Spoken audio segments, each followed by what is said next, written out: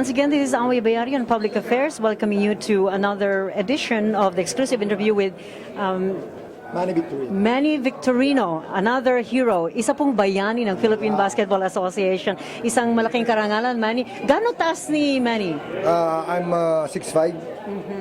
Ano ba ang karaniwang taas na kinakailangan para maging isang manlalaro ng basketball? Actually, kahit na hindi ka malaki, katulad dito si Buk Alvarez, so tignan mo, napakaliit na tao, pero napakagaling maglaro.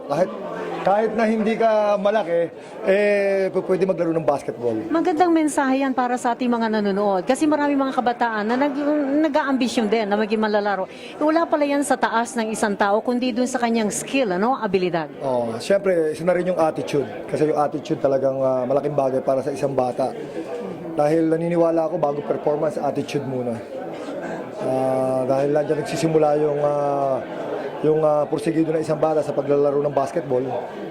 At the same time, yung kagustuhan niya na gumaling, na dapat magaling yung attitude ng isang bata. Para malaman ng ating mga nanonood, paano ka ba na papunta talaga sa Philippine ba? Paano ka natuklasan?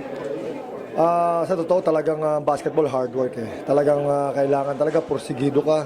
Yung everyday na ginagawa mo, kailangan ipagpatuloy mo. Like yung pag-iinsayo mo ng gradual everyday.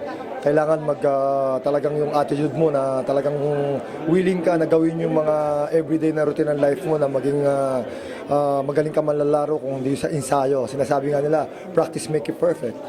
So kung gagawin mo lagi sa araw-araw, yun na nga yung binabanggit ko sa'yo na attitude na kailangan yung bata ay talagang porsigido at mahalaga sa kanya. Dahil katulad ng mga bata ngayon, kailangan kung gusto mo maging magaling manlalaro, kailangan mahalin mo yung sarili mo, yung pangangatawan mo. Hindi ka po pwede mag-drugs, hindi mo po pwedeng abusuhin yung katawan mo dahil yun ang puhunan mo, yung magkaroon ka ng lakas, yung katawan natin, di ba? Kaya dapat huwag nating aabusuhin.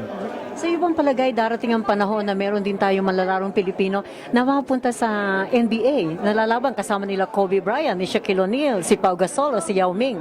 Oo, maaari magkaroon tayo ng ganoon dahil una sa lahat, lalo na sa ngayon sa nangyayari sa ating bayan, na talagang number one sport natin, basketball. Siguro kung magkakaroon tayo ng pagkakaisa na matulungan ng basketball ang tinatawag natin ng mga amateur, yung training natin sa kanila, bigyan natin ng importansya.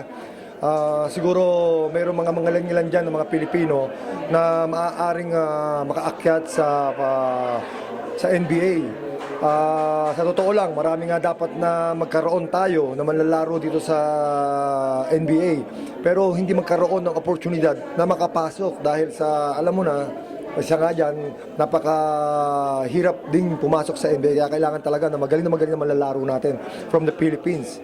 So, katulad nga ng sinabi ko, kailangan na tulungan natin ang mga kabataan na magkaroon ng oportunidad para magkaroon ng lakas at pagkakaisa para maitaas natin at mabigyan natin ng kaalaman ang mga bawat manlalaro. Napakagandang mensahe ni Manny Victorino dito po naman sa Public Affairs. Awi Bayari po lamang. Once again, thank you so much for watching, and this is the Philippine Basketball Association Heroes and Legends. More power to you. Thank you very much. Thank you. Maraming salamat.